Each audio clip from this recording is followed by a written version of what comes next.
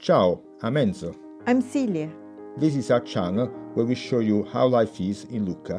and in the Tuscan hills. I love cooking traditional food, And we love exploring our beautiful part of the world. so please subscribe and welcome. To Piazza Talk Lucca.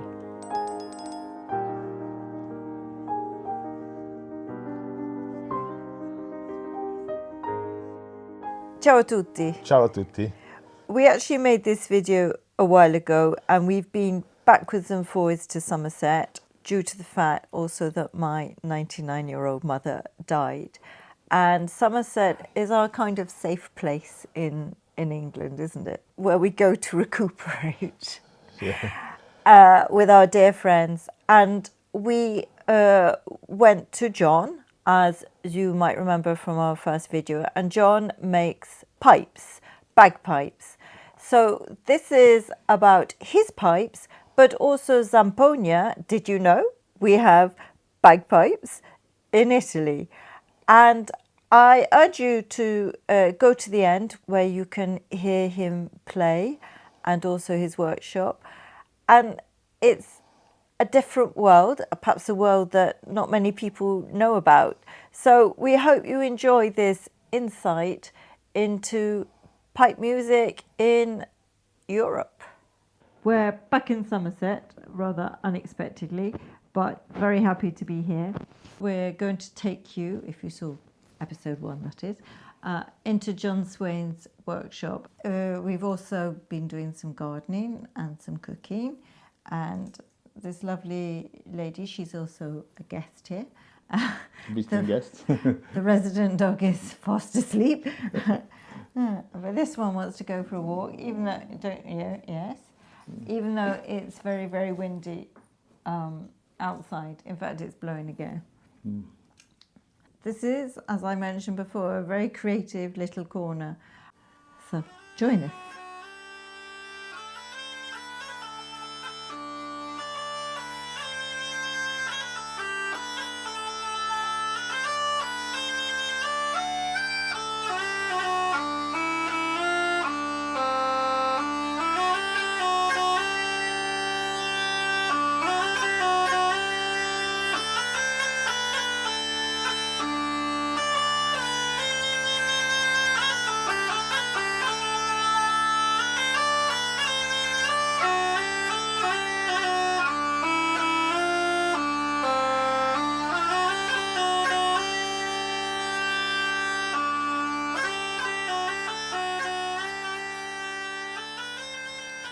So we're now in the other workshop in the corner of Somerset that we're in, near Glastonbury.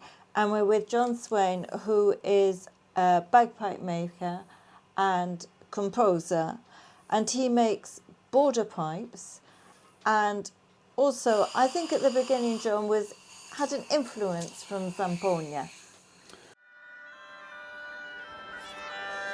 Well, when I was studying instrument making, I heard somebody playing a zampogna in France, and I thought it was a very beautiful sound. And on a visit to Sotheby's, I discovered they'd got one for sale, so I bought it and made some. It wasn't working, but I made it work. And when I came to make a reproduction of an early English bagpipe, I could see from the paintings and engravings of old pipes in England that they had an appearance quite like the zampogna, in the sense that the outline was quite simple, and but the main feature was large flaring bells. And as you can see on this one here. So when I came to make a bagpipe, an English bagpipe from, shall we say, late medieval, early Renaissance times, I made it to look somewhat like this chanter here. This chanter is a zampogna chanter roughly in A flat, and I wanted to make one in G, so I used this this as a model, but made it a slightly lower pitch. Perhaps we should say to people who aren't up in pipes that the chanter is what makes the tune, Yes. and the drone is what creates your Accompaniment. Yeah. accompaniment. So the drone is a single note which continues throughout the performance, and the melody notes sort of play off against the drone, the accompaniment of the drone. So you get a continuous tension and relaxation of tension depending on what note is playing relative to the drone. If you want me to say a bit more about the Zampogna, which is an Italian bagpipe from, this one is from the Abruzzo region. As we said, the chanter is the bit you play the melody on. Well, these are unusual in having two chanters, so the melody is split between the two hands.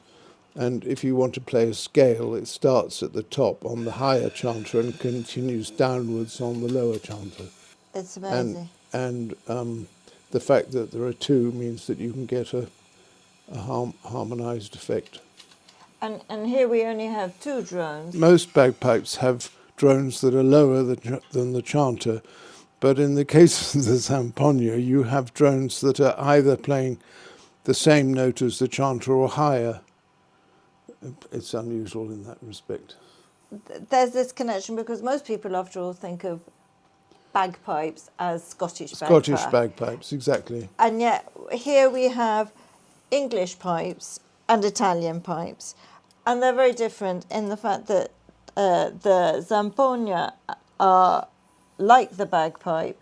The bag is filled up by blowing. Blowing through here, and this happens to have a tractor tyre bag but covered with a sheepskin, but traditionally they would have had a whole goat skin. John noted that traditionally the size of the bag is not standard, but well, it depends. It depends on the size of the goat, obviously, that you happen to have access to. But there's some suggestion that the bigger the bag, the more virile you are. So, because it's very much a shepherd's instrument, yeah. One can imagine that's probably quite appropriate. So John's pipes, on the other hand, are the air is filled with bellows. Well, not always. I make them mouth blown as well.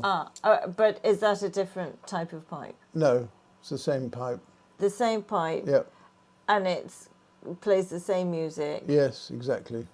And traditionally, they were also done in both ways, or yes. that's a decision of yours?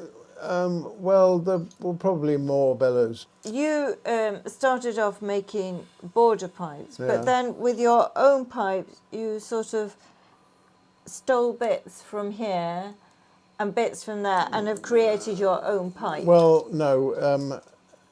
Well, I did, but it's not related to Zampogna at all. This is a later instrument. At a certain point, I met somebody who played border pipes, which is a traditional British instrument that was probably widely played over the whole country to the south of the UK. In fact, some paintings have recently come to light dating from the mid 17th century of an instrument quite like this being played in a pub in the Oxford area, painted by a Dutchman who'd emigrated to the UK, a man called Hemskirk, and he painted 2 or 3 pictures with pipes, not necessarily in immense detail, but you can tell that there's a bag and there's bellows, and that there are at least 2 drones plugged into a single stock being played across the front. So if I just demonstrate. The instrument is made, well, at its basic, you have a bag, the chanter, the drones. The drones are made to suit the chanter.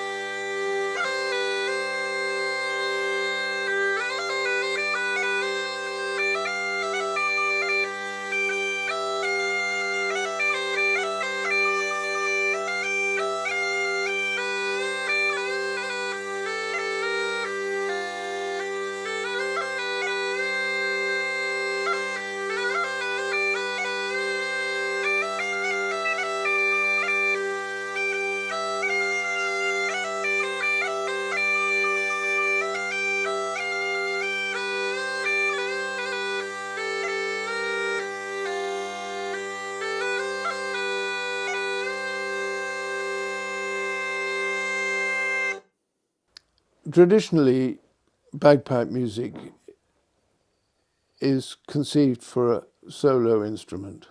Historically, they were played by shepherds who, by the nature of the occupation, are on their own most of the time, except for their flock. You occasionally see them in old paintings, medieval Renaissance paintings, you occasionally see them being played with other instruments, but usually they're solo.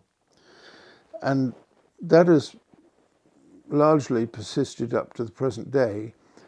But if you think of Highland pipes, once the instrument became adopted by the British Army, because after England and Scotland became one nation, the Army took under its wing Highland regiments, and the Highland regiments played bagpipes, and that was when playing lots of bagpipes together started. That was largely because of for military purposes. There are other traditions which have become very popular, largely as a result of the instrument becoming a cultural national icon. For example, in Galicia, the gaita has become a national icon, and there are schools to teach it, and there are bands where people come together to play together. But apart from those instances, mostly pipes are played on their own. But in the revival of bagpipes that has taken place since the late 60s, early 70s in Europe, people have started playing pipes together more in small groups. And the makers in France have found evidence that certain historical instruments that exist in museums and private collections were designed to be played together, 2 or 3 together. So they were made in different pitches, the assumption being that a harmony would be improvised between the 2 instruments. And then people started writing music for bagpipes in harmony. And when you do that, you have to think of it like, for example, a string quartet where you have violin, viola, cello, instruments at different pitches which have the ability to, play low and high parts and intermediate pitch parts, and therefore you have to think of making high, medium, and low pitch bagpipes. Yeah. So I think that's the answer to your question. Yes, yeah. And then because these in Italy, there's one. What's the song called, Enzo? Scendi dalle stelle. Which is the sort of bagpipe song or tune that at Christmas, when the shepherds come down. I assume that it was used traditionally at festivals. I mean, you very rarely see them now. I remember when I first went there at Christmas, particularly in Naples, you'd see a lot come down. And now maybe in Lucca, occasionally one for tourists, but it seems to be a tradition that isn't as strong as it is here. Maybe because I know you and have access to the world, and maybe there is one. I think the tradition you're talking about is a dying one, whereas the tradition you see here is hardly a tradition. It's a revival, which has been going since the early 70s, to revive instruments which were very active, but died out during in the case of England, died out during the 19th century because other instruments became more popular, like the fiddle and the accordion and so on. And also, the Industrial Revolution had a huge effect on life in the countryside, and the bagpipes were associated with rural affairs and always have been. And the life of the countryside changed hugely at that time. Yeah. But I mean, you write a lot of pipe music that you can also dance to. Yeah. And so traditionally, border pipes and your pipes, your version of pipes, are used for dancing? They would have been used for dancing in the past, and not only for dancing, but also they were used by the town watchman called waits. Most towns had, if you go back far enough, you find men who were employed to walk around the town at night and keep watch and to keep the hours. And they are known to have used bagpipes. Kept people up all night. Well, I don't think they were probably told not to do that, but I mean, they're incredibly beautiful instruments. I mean, the work that's gone into them. And if you use a different wood, does it change the sound? slightly. It's not a principal factor in the sound, but if I made this instrument in three woods of different densities, you might be able to tell the difference. But is it important the thickness of your pipe? Yes, every change makes a difference, depending on where it is. But if a change in the dimensions affects the acoustics of the tube, then it'll make a change. But you don't varnish them, or do you? No, I immerse them in linseed oil, which is then allowed to harden. And then once it's hardened, you can polish the outside. But it's not like violins where Is a the structural glues, part of the yes, and it instrument. makes No. the difference to the No, tone of the not instrument. at all, no. Well, John, thank you very much. Can you play us out? Yes, well, would you like me to play something on these two instruments, because it would be interesting to hear the difference. Lovely. But So these are yours. these are the nearest I come to making a traditional border pipe. So it's in A, and it has a scale somewhat similar to a Highland bagpipe scale.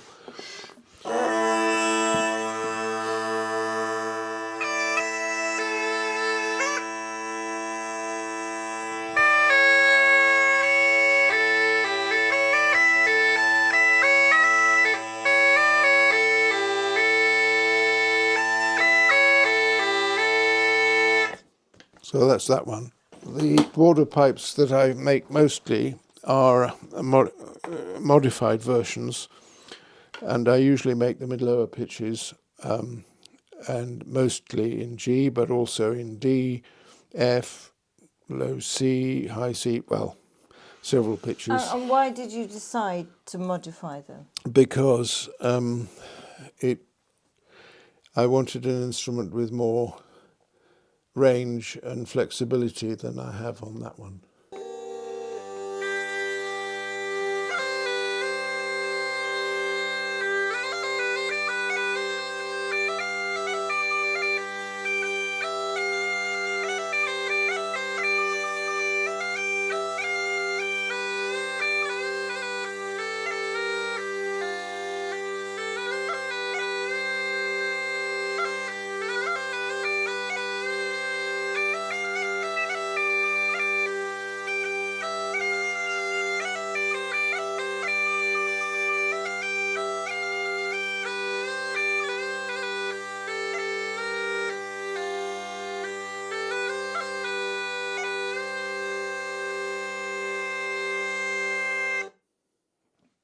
It's such a haunting sound.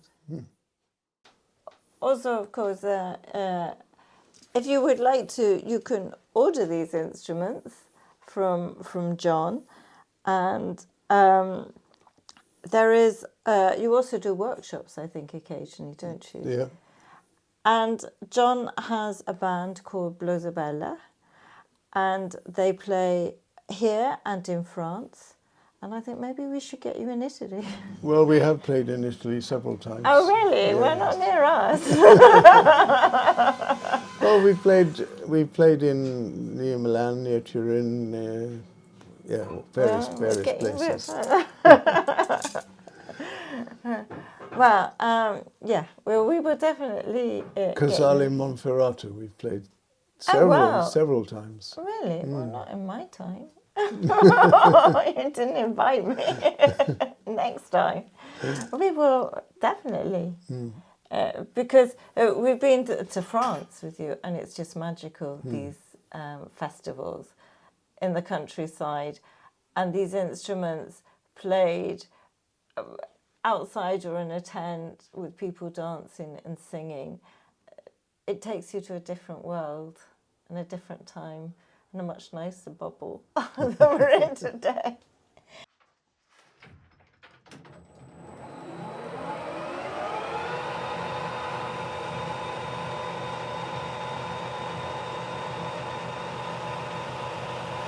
All the details of John's instruments, workshops and music can be found in the description box below.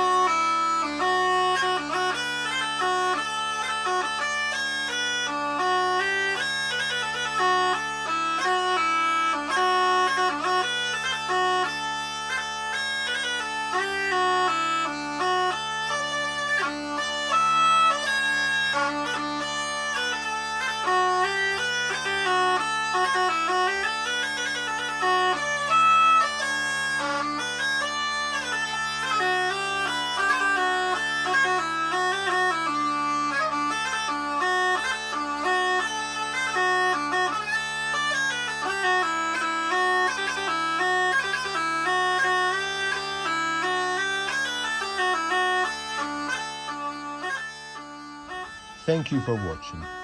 If you enjoy our videos, please subscribe, leave a like and activate the notification bell. You just need a Google account and it's free. It helps our community enormously. Thank you very much.